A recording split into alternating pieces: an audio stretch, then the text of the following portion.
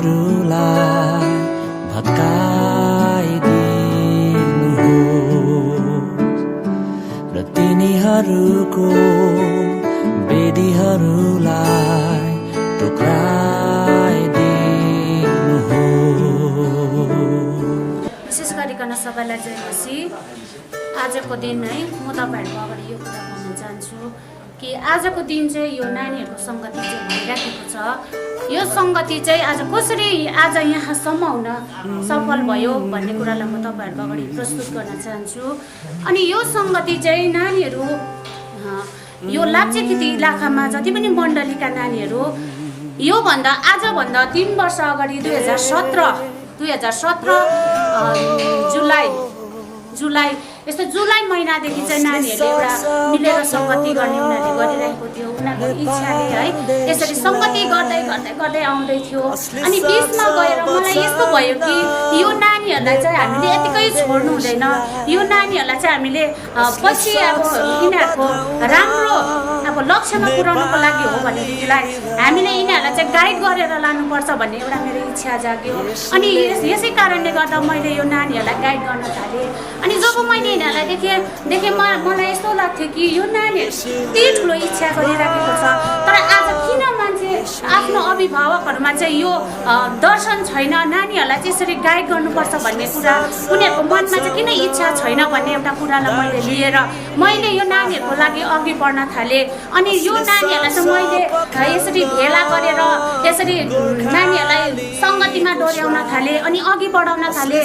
यसरी आउँदाहुँदी कति नानीहरूलाई अब थिएन उनीहरूलाई पारा। यो सङ्गतिले चाहिँ आज उनीहरू यो यहाँसम्म आएको छ। अनि मैले कहिले कहिले यस्तो टाढा टाढाबाट प्रभुको दासहरू आउनुहुन्थ्यो, पास्टरहरू आउनुहुन्थ्यो। अनि उहाँहरूलाई पनि बोलाएर मैले नानीहरूको लागि शिरमा हात राखी माग्थेँ ताकि यो नानीहरू चाहिँ भविष्यमा गएर यस्तो नानीहरू होस् कि ताकि उनीहरूले चाहिँ अहिलेसम्म नगरेको, अहिलेसम्म यो जुन पुस्ताले गर्न नसकेको त्यो कामहरू चाहिँ अब यो जेनेरेसनले यो पुस्ताले चाहिँ अब गर्न। परमेश्वरलाई धन्यवाद छ। सबलाई प्रभुको नाममा जय मसीह। अनि विशेष मेरो नाम भरत तामाङ हो, म दिल्लीबाट।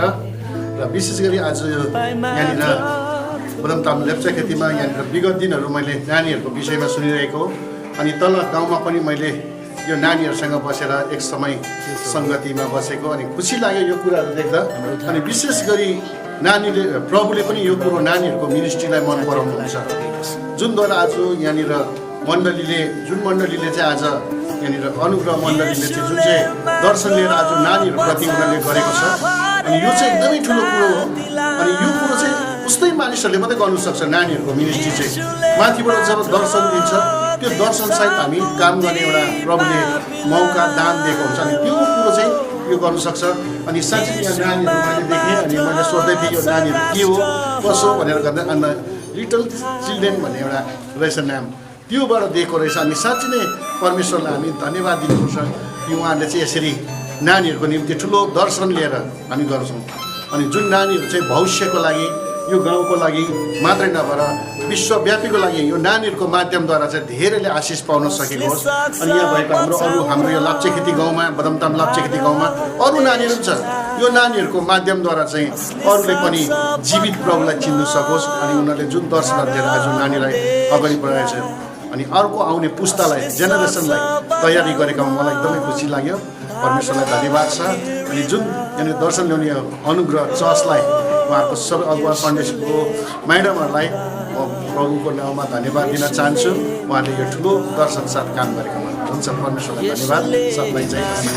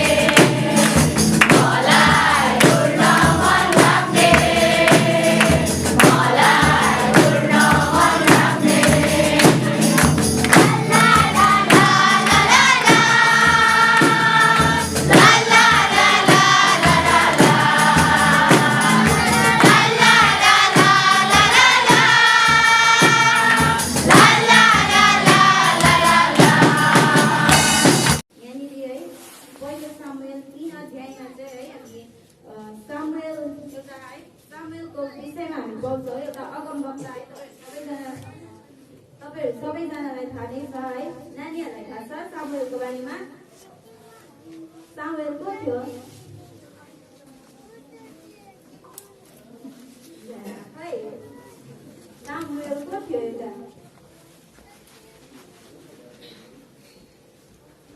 थाहा छैन अगमवक्ता है सामुएल चाहिँ एउटा अगमवक्ता थियो नि यहाँ सामुएलको कथा चाहिँ हामीलाई थाहा नै छ है सामुएल चाहिँ कसको छोरा थियो लास्ट लागेको हो कि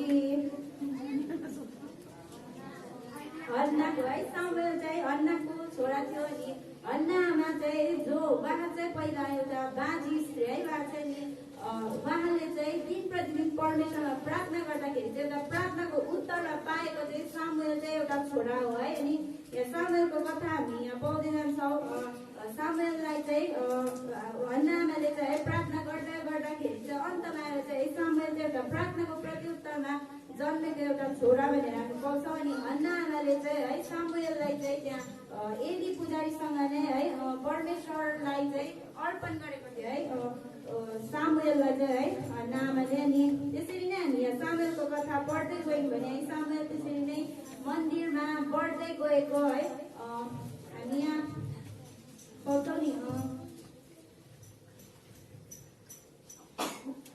सामुएल 2:26 पहिलो सामुएल 2:26 मा यहाँ यसरी लेखिएको छ है अनि बालक सामुएल कदमा तथा परमप्रभु र मानिसहरूको निगाहमा बढ्दै गए भनेर चाहिँ यहाँ हामी पाउँछ है सामुएल चाहिँ सानैदेखि ऊ आमासँग रहेन है ऊ चाहिँ अलग्गै यता मन्दिरमा चाहिँ एली पुजारीसँग चाहिँ ऊ बस्थ्यो है तर यहाँ उसको व्यवहार कस्तो थियो भन्दाखेरि चाहिँ ऊ सामुएल कदमा तथा परमप्रभु र मानिसहरूको निगाहमा बढ्दै गए अर्को बाइबलमा हामी पाउँछौँ है अर्को बाइबलमा हेऱ्यो भने त्यहाँनिर उसले चाहिँ मानिसहरूलाई तथा परमेश्वरलाई उसले प्रसन्न पार्थ्यो भन्ने कुरा चाहिँ हामी त्यहाँनिर पाउँछौँ है त्यसरी नै हामी यहाँ अगाडि है हामी सामुएलको कथा हामी हेर्दै गयौँ भने चाहिँ है सामुएललाई परमेश्वरले है जब त्यहाँनिर ठिक समय आइपुग्यो त्यति बेला चाहिँ परमेश्वरले चाहिँ सामुएललाई त्यहाँनिर बोलाउनु भएको छ है ए सामुएल भनेर बोलाउँदाखेरि चाहिँ सामुएल कुदेर एली बाकोमा गएको छ है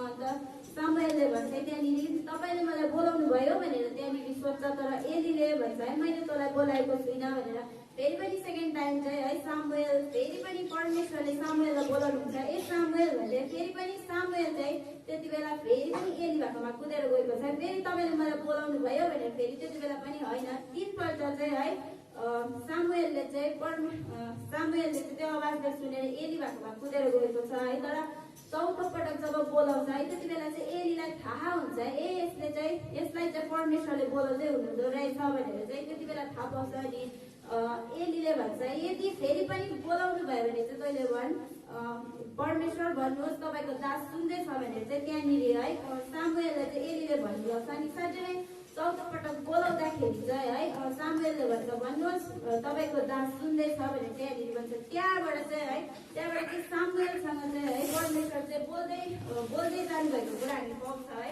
आउँदो दिनहरूमा इजरायलको साथमा चाहिँ परमेश्वरले के गरिराख्नु भएको छ अनि एलीको परिवारको साथमा चाहिँ परमेश्वरले के गरिराख्नु भएको छ त्यो कुराहरू चाहिँ है परमेश्वरले चाहिँ सामुएललाई त्यहाँबाट चाहिँ भन्न सुरु गर्नुहुन्छ है यहाँनिर हामी यो कथामा चाहिँ मुख्य हामी के पाउँछौँ भन्दाखेरि चाहिँ परमेश्वरले सामुएललाई बोलाउनु भएको कुरा चाहिँ हामी यहाँनिर पाउँछौँ है यहाँनिर म बालकहरूलाई है हाम्रो भाइ बहिनीहरू मैले देखिरहेको छु है भाइ बहिनीहरूले विशेष है पहिला कान खोलेर तपाईँहरूले सुनिदिनु होस् है भाइ बहिनीहरू हुनुहुन्छ यहाँनिर परमेश्वरले चाहिँ ठुलो मान्छेलाई पनि त बोलाउनु सक्नुहुन्थ्यो होइन त्यहाँनिर इजरायलमा चाहिँ अब के हुन लागिरहेको छ भने त्यो कुरा भन्नको लागि परमेश्वरले त्यहीँनिर एली पुजारी पनि थियो एली पुजारीलाई नै परमेश्वरले बोलाउन सक्नुहुन्थ्यो उहाँलाई नै परमेश्वरले त्यो कुरा भन्न सक्नुहुन्थ्यो तर यहाँनिर किन चाहिँ परमेश्वरले यहाँनिर एउटा नानीलाई नै रोज्नुभयो एउटा बालकलाई एउटा सामुएल चाहिँ एउटा बालक भनेपछि चाहिँ है हामी बोय भनेपछि एउटा अन्डर द एज अफ 12 है 12 भन्दा सानो 12 वर्षसम्म है त्यहाँनिर हामी पाउँछ त्यत्रो नानीलाई चाहिँ परमेश्वरले त्यहाँनिर चलाउनु भएको छ है परमेश्वरले त्यहाँनिर बोलाउनु भएको छ इजरायलमा एउटा अब इजरायलमा के हुन लागिरहेको छ भने त्यो कुरा भन्नको लागि चाहिँ है परमेश्वरले नानीहरूलाई रोज्नुभयो। यो दिनहरूमा पनि परमेश्वरले त्यही चाहनु भइरहेको छ है, परमेश्वरले बोलाइराख्नु भएको छ। तर के हो कतिचोटि हामी बुझ्न सक्दैनौँ है, नानीहरू त झन् है आफ्नै उयसमा आफ्नै धुनमा हुन्छ। तर पनि म यही भन्न चाहन्छु अब आउँदोको पुस्ता चाहिँ परमेश्वरमा शक्तिशाली पुस्ता भएर उठ्छ पर्छ। यसै कारणले गर्दाखेरि चाहिँ है हामीले चाहिँ हामी बालकहरू भाइ बहिनीहरू है हामी परमेश्वरको आवाजलाई सुन्न चाहिँ एकदमै जरुरी छ। परमेश्वरले चाहिँ यहाँनिर किन सामुएललाई नै चुन्नुभयो है, सानो बालकलाई नै किन चुन्नुभयो, उहाँले किन ठुलोलाई चुन्नु भएन है, किनकि परमेश्वरले चाहिँ सामुएलमा चाहिँ त्यो गुणलाई देख्नु भएको थियो। यहाँनिर हामीले पढ्यौँ नि अघि है 2:26 एउटा सामुएल चाहिँ कस्तो प्रकारको थियो, उसको क्यारेक्टरहरू चाहिँ कस्तो प्रकारको थियो है, त्यहाँ भन्दैछ यहाँनिर लेखेको छ नि है। अर्को बाइबलमा चाहिँ यहाँनिर यसरी लेखेको छ, बालक सामुएल भने दिनदिनै ठुलो हुँदै गयो, त्यसले परमेश्वर र मानिसहरूलाई प्रसन्न पार्थ्यो भन्ने यहाँनिर हामी पाउँछौँ है। उसले चाहिँ परमेश्वर र मानिसहरूलाई प्रसन्न पार्थ्यो किनकि उसमा चाहिँ एउटा त्यो गुण थियो, परमेश्वरले उसमा त्यो गुणलाई देख्यो नि त होइन। तर अहिलेको नानीहरू कस्तो हुन्छ है, अब के साह्रो अट्टेर के साह्रो छाड आमा बाउहरूले त्यसो भनिरहेको छ है। तर यहाँनिर सामुएल है ऊ चाहिँ एउटा मन्दिरमै बसेर पनि एउटा आमा बाउसँगै बसेको थिएन हो, तर मन्दिरमा बसेर पनि उसको क्यारेक्टर चाहिँ यति साह्रो राम्रो थियो है। म चाहिँ यही भन्न चाहन्छु अब यदि है त्यो क्यारेक्टरहरू चाहिँ हाम्रो यहाँ छैन भने चाहिँ अब त्यो क्यारेक्टरहरू चाहिँ अब हामीले बनाउनु पर्छ है। हामी नानीहरू है हाम्रो डिसिप्लिनहरूमा सुधार्ने हाम्रो क्यारेक्टरहरू चाहिँ अब सुधार्नु छ किनकि परमेश्वरले चाहिँ तपाईँ मलाई चाहिँ है अब यो पुस्ताको लागि चाहिँ उठाइराख्नु भएको छ है, पुस्ताको लागि चाहिँ उहाँले खडा गरिराख्नु भएको छ। यसै कारणले गर्दा हामी कस्तो छौँ है, हामी जानौँ हामीभित्र के कुराहरू छ है। हामीले सानैदेखि हामीले सन्डे स्कुलहरूमा है सुन्दै आउँछौँ कि है आमा बाबुहरूको आज्ञा पालन गर्नु, किनकि आमा बाबुको आज्ञा पालन गर्नु नै है परमेश्वरको आज्ञा पालन गर्नु भनेर। साँच्चै नै अब त्यो गुणहरूमा चाहिँ हामी नानीहरू है अहिलेको नानीहरू कस्तो हुन्छ है, आमा बाउहरूलाई प्रसन्न पार्छ उल्टा कराउनु मात्रै लागिरहेको हुन्छ नि, त्यस्तो हुन्छ क्या। यसै कारणले गर्दा सुधार आउनु चाहिँ एकदमै जरुरी छ। मैले यो भन्नु चाहेको होइन कि हाम्रो सबै नानीहरू त्यस्तो छ भने चाहेको होइन है, कोही कोही त्यस्तो हुन्छ। अनि त्यसै कारणले गर्दा है सुधार आउनु चाहिँ एकदमै जरुरी छ। र जब यो सुधार चाहिँ है हामीमा आउँछ अनि जब यो सामुएलको जस्तो क्यारेक्टर चाहिँ हाम्रोमा छ भने चाहिँ परमेश्वरले चाहिँ साँच्चै तपाईँले मलाई चाहिँ